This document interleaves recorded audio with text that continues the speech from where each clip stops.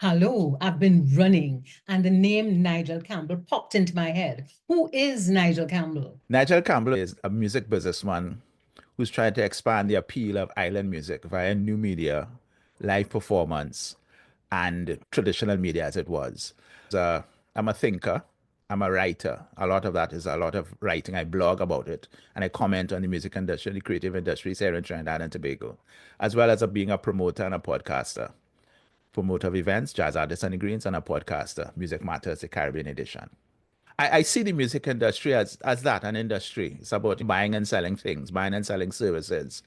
And there's been a kind of tradition here in Trinidad and Tobago and possibly the wider Caribbean to treat the creative industries as a hobby or as culture, right? A kind of community development kind of space.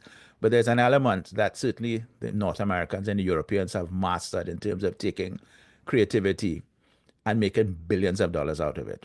We may not be able to do billions in Trinidad and Tobago, but certainly we can commodify this thing that we create here in Trinidad and Tobago. And I think that's an interesting space that I would like to be part of. As I said, part and parcel of what I do is I'm a music promoter. I put on concerts. I'm part of a company that puts on one of the largest jazz festivals, certainly in Trinidad and Tobago, but hopefully one of the more important ones here in Trinidad and Tobago called Jazz Artists and the Greens. And that aspect of seeing our creativity as a business is something that I really cherish and hope that a range of people get involved in and understand it as part of our DNA. We have to make this a business.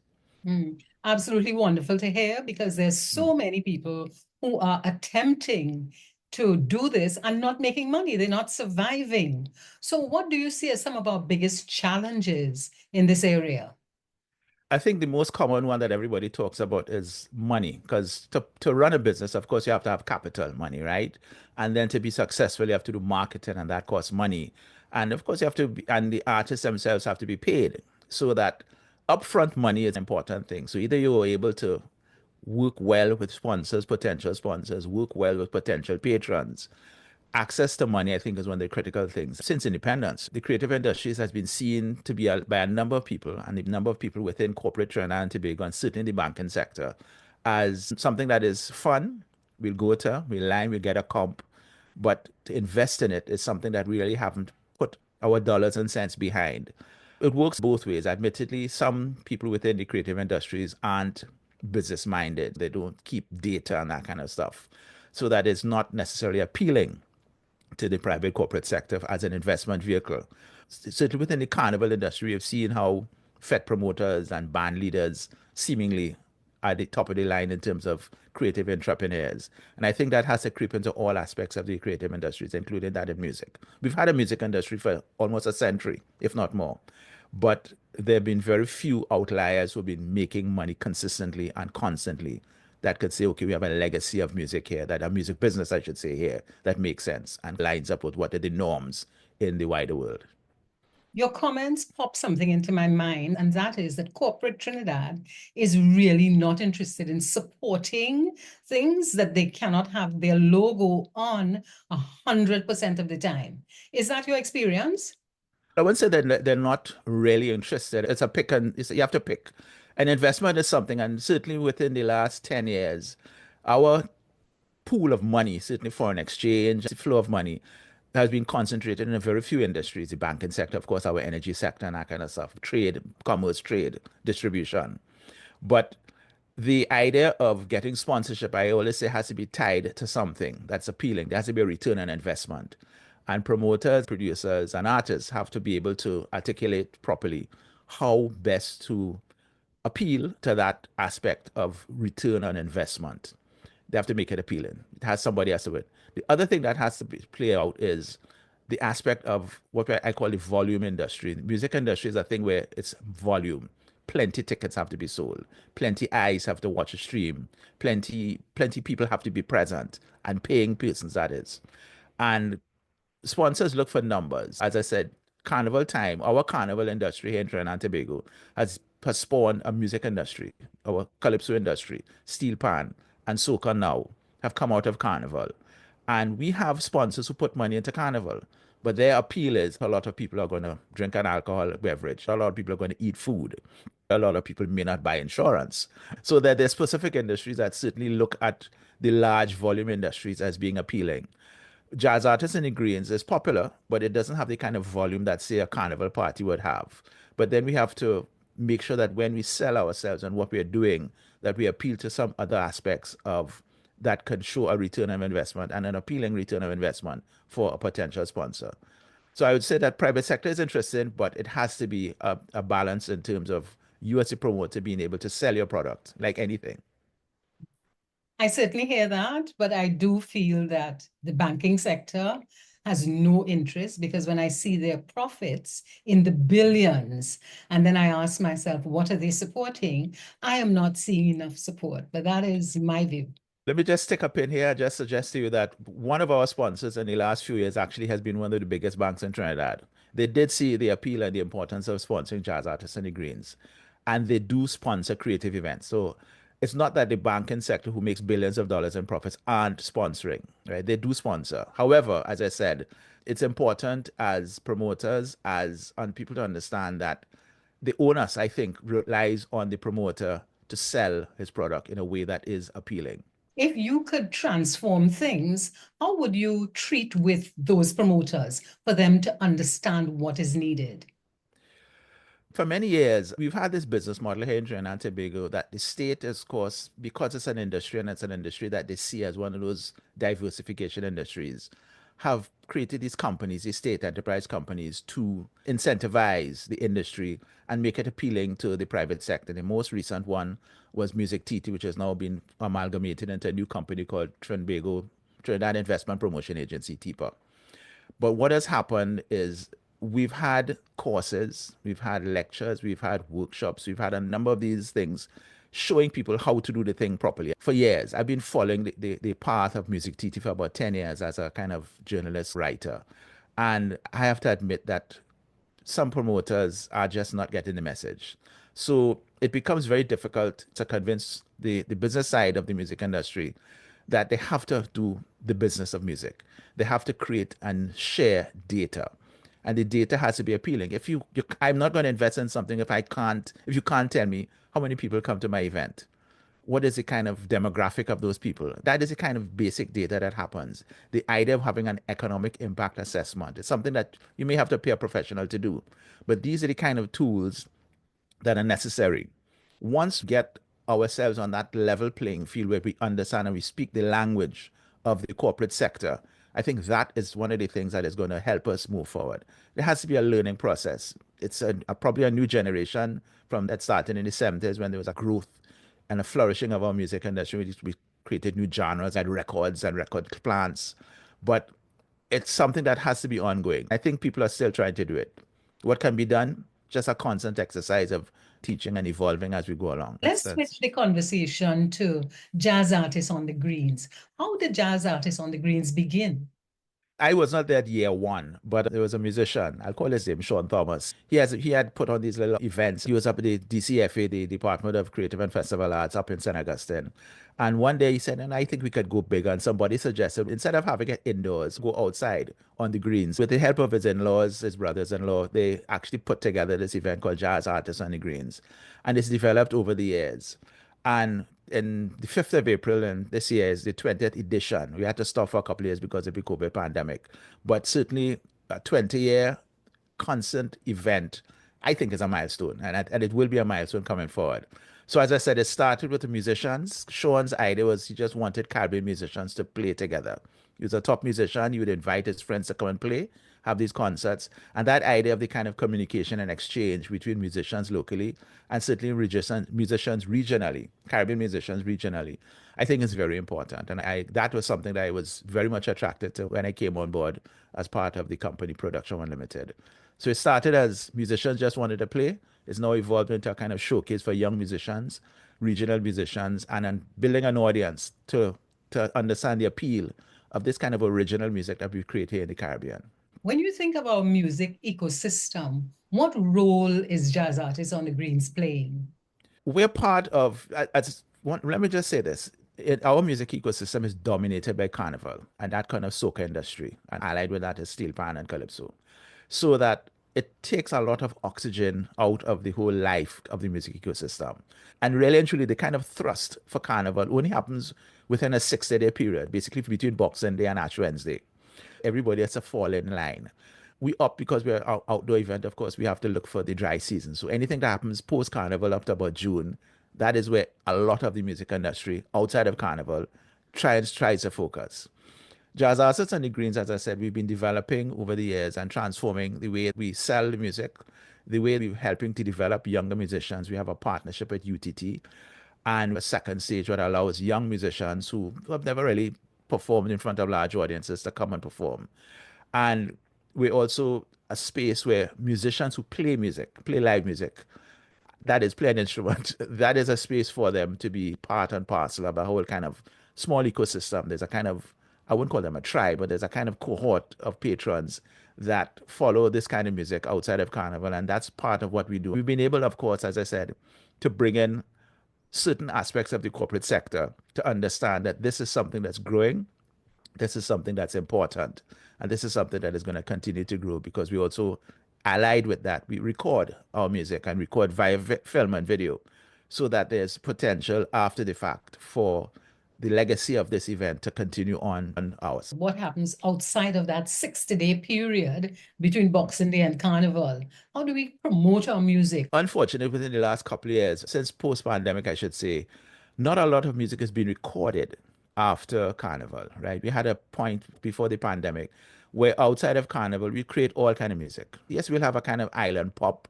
They'll have rock music. They'll have original jazz music. We'll have, and Caribbean jazz at that. So it has jazz with our rhythm, with our accent. And it's just pop music. So there was a lot of music that was being created at that time. Recording, I think, is an important aspect of continuing that music and, of course, being able to discover it and to spread it. In this era of streaming where people aren't buying records, people just make a recording and put it on the digital suppliers like Spotify, Apple Music, on YouTube. Of course, those things don't pay a lot of money, so that you don't really make money there. So the real thing is that you have to perform live. There have been spaces, certainly there was an experiment by Music TT some years ago called a live music district, where they wanted Arpita Avenue to, and the owners of bars and restaurants to allow live music in their spaces. That got upended by the pandemic. It wasn't very successful because not a lot of bar owners came on board. But the idea of performing outside of Carnival music, let's call it, has happened. Trinidad Tobago produces all kind of music and produces it well. But the recording of that music has admittedly gone down a lot. So we're now in an era where persons have to perform live, and that becomes a critical aspect of how our music ecosystem grows and develops and sustains going forward. You talked about Caribbean jazz. What is Caribbean jazz? This is my definition. Caribbean jazz is jazz that is one created here in the Caribbean, but acts, as I said, uses our rhythms and but the language of jazz. Language of jazz means there's improvisation. There are expanded harmonies in the sense I'm not playing a major or a minor, I'm playing a major flatted fifth, a major ninth, or something like that. And utilizing that language of jazz and utilizing our rhythms, Trinidad rhythms of Haiti, Cuba, all the other islands, and a lot of instrumental music, admittedly, and using that together to create this new music. The Americans will argue that jazz is based on the blues and they invented it. That's their definition. I'm glad for them. But Cubans have been creating music for many years that speaks of jazz. Trinidadians, Clive Zander, Rupert Clemendos, I should say, coming forward, Etienne Charles, in Guadeloupe, in the French Antilles, have been creating music that speaks to their language and native rhythms, but incorporates that kind of jazz language of improvisation and expanded harmony. To me, that is Caribbean jazz, born here for the world. Where do you see Caribbean jazz heading? Unfortunately, as I said, because the lack of recordings, I've been trying to, this is a personal experiment, I'm trying to catalog all the Caribbean jazz recordings. It's an ongoing project that's going to take for a long time. We've had a lot of records come out here, a number of artists have recorded, but we operate and we try to operate within an ecosystem, whether it's a Caribbean system where people may or may not be buying records, where they may or may not be able to have the kind of jazz festivals that we had in the 90s. But of course, they also try to sell the music internationally. Martinicans and Guadeloupeans are French. So basically that is France. People in Curacao, they are Dutch. So that is the Netherlands Antilles. We try to spell our music in Europe, in North America. The music sales are not that large, but there's a kind of active growth of a native and a regional audience for this music that we have here. And that becomes attractive once we have a certain volume. So that Caribbean music could be actually picked up in New Orleans at New Orleans Jazz Festival. It could be picked up in European jazz festivals that say, oh, there's that thing called Caribbean jazz. Let's have a night of Cuban jazz. Let's have a night of Jamaican jazz, Monty Alexander. Let's have a night of Caribbean, of Kaiso jazz, Etienne Charles and others, Jacques Schwartzbar from Guadeloupe. It's growing, but it's not a very large number in terms of the kind of global jazz market, but it's there and it's growing and consistently happening.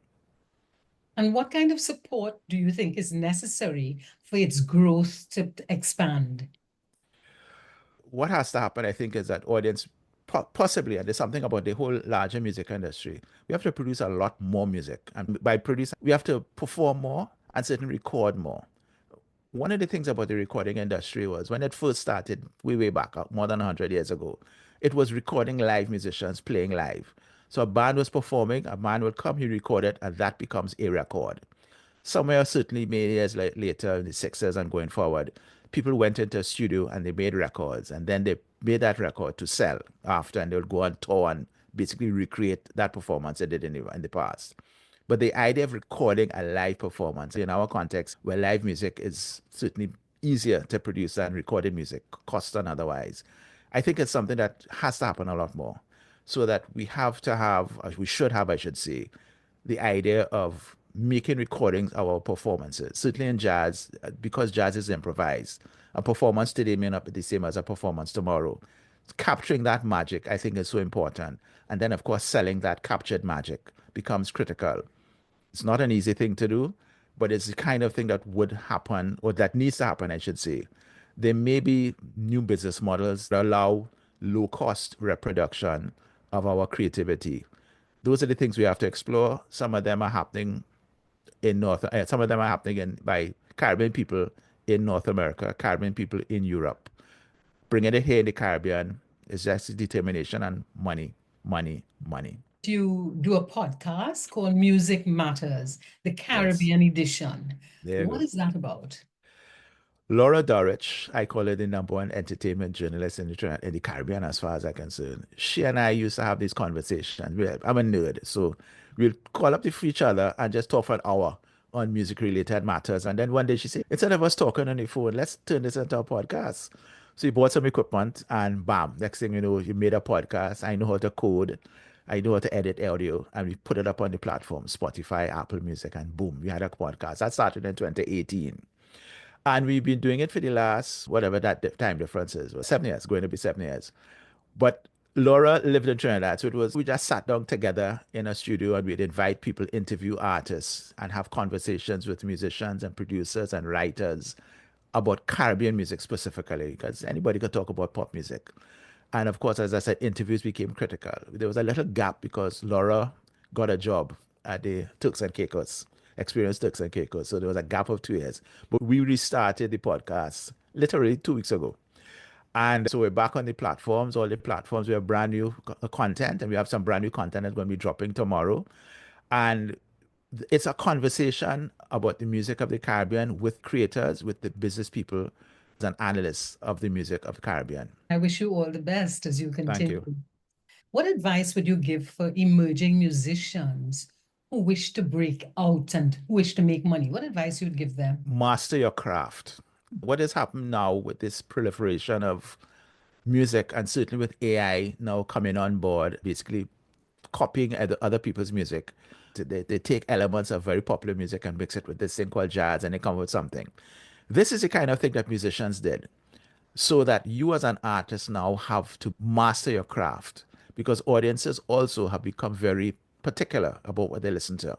A person has, I've always said that humans have the ability to know good from bad, right? If you're a musician, learn your craft. If you're a singer, sing well. You also have to have a broad back and nerves of steel, because the music industry, whether it's here or anywhere else in the world, is very hard. I think Trinidad audiences have this other thing that we could discard you in a minute. As I said, there was a 6 day carnival season. And within that within that 6 minutes, if you don't get me, you could be the biggest star in the world. And if you release a song that just doesn't hook me the way that your last big hit does, we drop you completely. So that I think that artists have to recognize you can't just throw your hands up in the air because you didn't have one hit. It takes a lot of work, but you have to master your craft. be determined, and also have connections. The music industry is about connections, collaboration and connections and talent sometimes. So Mhm. it's I wouldn't call it a grand hustle. I used to say it was a grand hustle, but nowadays I say it's a business. Connections are very important. But the comment about it being a grand hustle Mm. communicates a lot of back stuff as opposed to business. The idea is, as much as I could sit down here or anybody could write a book about the business of music and talk about what needs to be done, as I said, relationships are important. So that we've seen, I could say this openly, some of the biggest female artists can't sing. They can't sing, but they were touring in stadiums, right? And you ask us, how did that happen? Now, I'm not suggesting that they did anything nefarious or bad, but I'm also suggesting there was a simple thing that she's a good looking girl. She's pretty. Let's put her on a stage. Don't worry about if she could sing well on her first record. By her third record, she'd be okay as it was. And then she gets forward, right? But talent wise, you listen to somebody who's a great jazz singer and her career is going absolutely nowhere. And people will say she could sing, but my blood ain't take her. What does that mean? Or Yeah. she doesn't know the right people who could pick up the phone and call so and say, hey, I have a singer for you. So it's about relationships and it's about visuals. The music industry is more about not nowadays, I should say. It includes visuals, it includes communication, it includes how I appeal to people. All these elements become important. And if they're not taken into consideration seriously, that could affect your career going forward. Nigel, reflect on your podcast that you've done for a long time and tell us about an impactful story that you've covered. A couple come to mind. As I said, we've been talking to people here and internationally. We did a podcast with a popular DJ called Shawnee B. He's at BBC One Extra. We were very lucky to get him on. And because I remember initially he said, we only have 20 minutes, and he ended up spending 90 minutes. I was very curious about what do we need to get our music into across the pond as it was. What do we have to do effectively? And I got the impression, the idea of connections. The English market, they know who's who based on what they hear. So they had Bungie and Marshall and Patrice and that kind of stuff. So I said, what about all the other music that we create in the Caribbean, right? He said, it's up to the programmers in the United Kingdom at BBC to decide what gets on. But Shawnee B opened my eyes and our ears, I should say, to the idea of what has to happen for our music to go outside. There's this constant pull of every artist, regardless where they are, to move into a bigger space. And certainly of us in the Caribbean want to get in the North American market, into the English market, into the European market. He was one person. The other person that I do remember was a writer. Her name is Pat Mesquino. She writes for Billboard magazine. It covers a lot of Caribbean music, a lot of reggae, but certainly anything with Caribbean music. She's the kind of go-to person. Because our concern at the time was the image of what happens to Caribbean people in the marketplace. And it was not too far around a time when Beanie Man and Bounty Killer did a thing called the Versus. We would have this kind of battles, effectively, what happened certainly at one point in the reggae industry. So the two of them would be on and they go back and forth. Versus, that was a kind of constant thing. It blew up the internet, it blew up the show. And everybody at that time was probably one of the most popular thing. Everybody in the Caribbean had tuned in to see this thing.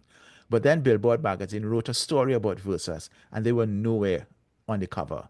And they had one sentence in the article. So we reached out to her. And then there was this kind of foolish thing where they decided, oh, they made a digital copy and edited the original cover and stick Beanie Man and Bounty Killer in, which it looked false and made up and fake.